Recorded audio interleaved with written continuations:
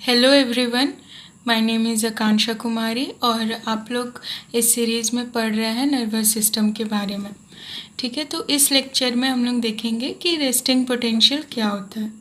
तो जनरली हम बात करें नर्वस सिस्टम की तो हम देखेंगे कि जब न्यूरॉन के मेम्ब्रेन में अनस्टिमुलेटेड कंडीशन प्रेजेंट होता है, जो अनस्टिमुलेटेड कंडीशन का क्या मतलब है कि उसको कोई भी न्यूरोट्रांसमीटर नहीं दिया जा रहा है। ठीक है, तो जब कोई भी न्यूरोट्रांसमीटर नहीं दिया जा रहा होता है उस कंडीशन पे जो प्लाज्मा मेम्ब्रेन, जो कि न्यूरॉन की प्लाज्मा मेम्ब्रेन है, उस पे जो भी चार्ज प्रेजेंट होता है उसे हम लोग रेस्टिंग पोटेंशियल कहते हैं। ठीक है, चार्ज मतलब जो भी इलेक्ट्रिकल ग्रेडियंट प्रेजेंट होता है उसे हम लोग रेस्टिंग पोटेंशियल कहते हैं। क्लियर। जनरली क्या होता है कि रेस्टिंग पोटेंशियल आप किसी भी मेम्ब्रेन पे देख सकते हो, कोई भी प्लाज्मा, किसी भी सेल के प्लाज्मा मेम्ब्रेन पे आपको रेस्टिंग पोटेंशियल देखने को मिलेगा। इसमें क्या होगा कि एक साइड जो कि आउटर साइड है वो जनरली हमेशा क्या होता है, पॉजिटिवली चार्ज्ड होता है और इनर साइड हमेशा नेगेटिवली चार्ज्ड होता है। ये पॉजिटिव और नेगेटिव का ग्रेडियंट कैसा बना वो हम आगे यहाँ पे देखेंगे, लेकिन उससे पहले हम लोग देखते हैं कि ये पॉजिटिव है क्यों। बाहर वाला साइड हमेशा पॉजिटिव रहता है क्योंकि बाहर साइड में सेल के बाहर सोडियम आयन का कंसंट्रेशन ज़्यादा होता है। ठीक है, सोडियम आयन का कंसंट्रेशन सेल के बाहर ज़्यादा होता है, इसलिए सेल के बाहर क्या होगा, पॉजिटिव चार्ज। इनर साइड में पोटेशियम आयन का कंसंट्रेशन ज़्यादा होता है, जबकि सोडियम आयन का concentration in comparison to outer side कम होता है। ठीक है, इस वजह से ये जो चार्ज का डिफरेंशिएशन है, ये जो चार्ज का डिफरेंट है, उसके वजह से क्या होगा, एक पोलराइज्ड स्टेट बनेगी और एक इलेक्ट्रोकेमिकल ग्रेडियंट बनेगा। ठीक है, अभी देखो इलेक्ट्रिकल ग्रेडियंट तो समझ में आया ना कि यहाँ पे सोडियम आयन जो है वो पॉजिटिव चार्ज कैरी करता है और अगर ये बाहर ज़्यादा है तो बाहर पॉजिटिव चार्ज ज़्यादा होगा, जबकि पोटेशियम आयन जो है वो भी पॉजिटिव चार्ज कैरी करता है। बट अंदर क्या होता है, सेल के इनर साइड में बहुत सारे ऐसे नेगेटिवली चार्ज प्रोटीन होते हैं और लिपिड्स होते हैं जो इनर मेम्ब्रेन में क्या करते हैं, नेगेटिव चार्ज जनरेट करते हैं। क्लियर। तो अगर आप किसी भी नॉर्मल मेम्ब्रेन को जो कि रेस्टिंग स्टेज पे है, रेस्टिंग स्टेज मतलब अनस्टिमुलेटेड स्टेज पे है, तो अगर हम उसे वोल्ट मीटर एक हम अगर इलेक्ट्रोड सेल के बाहर लगाएंगे और एक अंदर लगाएंगे तो आपको क्या देखने को मिलेगा, -70 मिली वोल्ट का आपको चार्ज देखने को मिलेगा मेम्ब्रेन पे।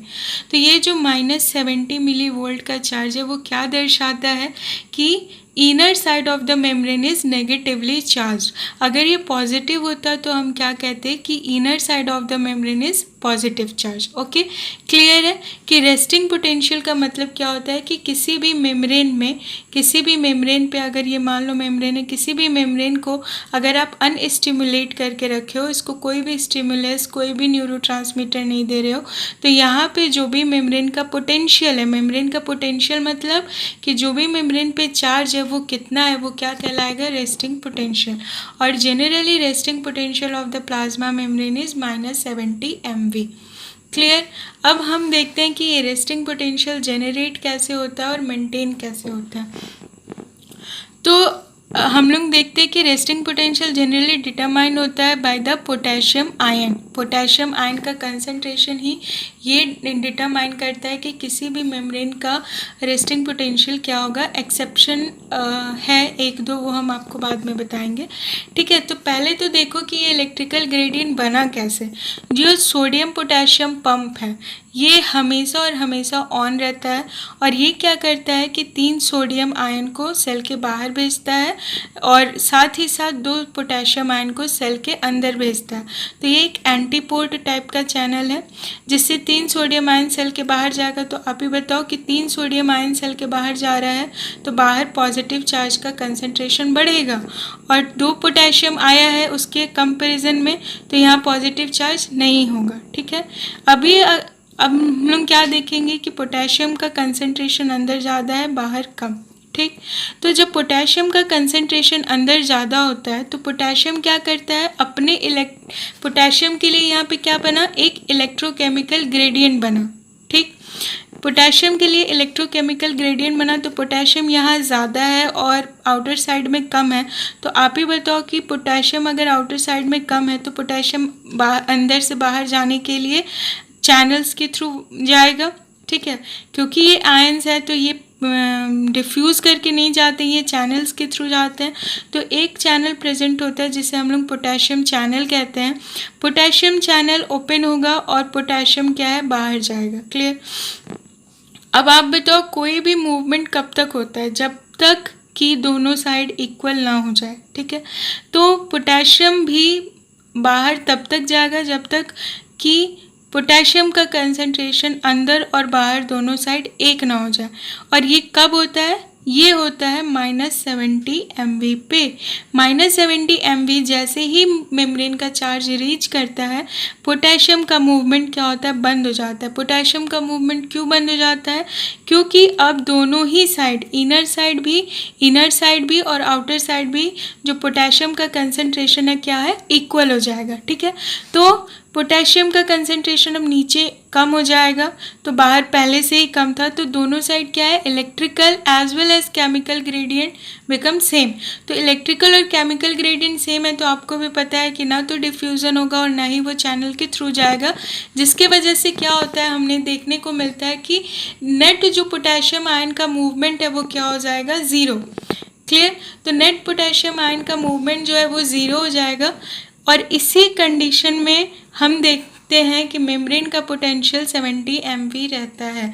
तो आप कह सकते हो कि रेस्टिंग मेम्ब्रेन पोटेंशियल क्या है, इक्विवेलेंट है किसके, equilibrium potential of the potassium ion. और इक्विलिब्रियम पोटेंशियल क्या होता है, जब इलेक्ट्रोकेमिकल ग्रेडियंट दोनों ही साइड इक्वल हो जाए उस किसी भी आयन के लिए। अगर सोडियम आयन का, अगर हम लोग देखते हैं कि सोडियम आयन का इक्विलिब्रियम पोटेंशियल क्या है, वो है +60 MV, ठीक है। तो हम कहेंगे कि इक्विलिब्रियम पोटेंशियल सोडियम का +60 MV है, उससे यहाँ पे हमें कोई मतलब नहीं है, लेकिन यहाँ पे हमें मतलब किससे है, equilibrium potential of the potassium. तो पोटेशियम का इक्विलिब्रियम पोटेंशियल कितना है, पोटेशियम का इक्विलिब्रियम पोटेंशियल -70 MV है।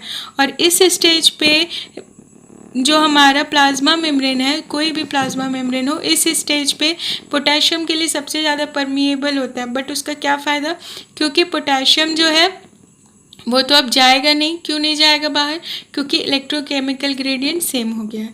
क्लियर। तो तो रेस्टिंग पोटेंशियल मेंटेन कौन करके रखता है, ओपन पोटेशियम चैनल। ओके, अगर आपको कोई भी कह रहा है कि रेस्टिंग पोटेंशियल मेंटेन करके कौन रखता है, तो रेस्टिंग पोटेंशियल मेंटेन करके रखता है open potassium channel. Okay, clear है। ये एग्जाम में पूछा नहीं जाता है, आपको बस कॉन्सेप्ट क्लियर होना चाहिए कि what is the resting potential. तो कोई भी मेम्ब्रेन अगर अनस्टिमुलेटेड कंडीशन में है तो उस कंडीशन में मेम्ब्रेन पे क्या चार्जेस हैं उसे हम कहते हैं रेस्टिंग मेम्ब्रेन पोटेंशियल। जनरली बाहर साइड क्या होता है, पॉजिटिव, और इनर साइड क्या होता है, नेगेटिव। और नॉर्मल कंडीशन में अगर एक्सेप्शन को छोड़ दिया जाए तो resting potential of any membrane is -70 MV। Okay, so I hope आपको समझ आया होगा। और अगर कोई भी डाउट हो तो प्लीज़ आप कमेंट सेक्शन में टेक्स्ट करिए। मैं नेक्स्ट वीडियो में उस डाउट को क्लियर करूँगी, फिर आगे बढ़ेंगे। So thank you for watching.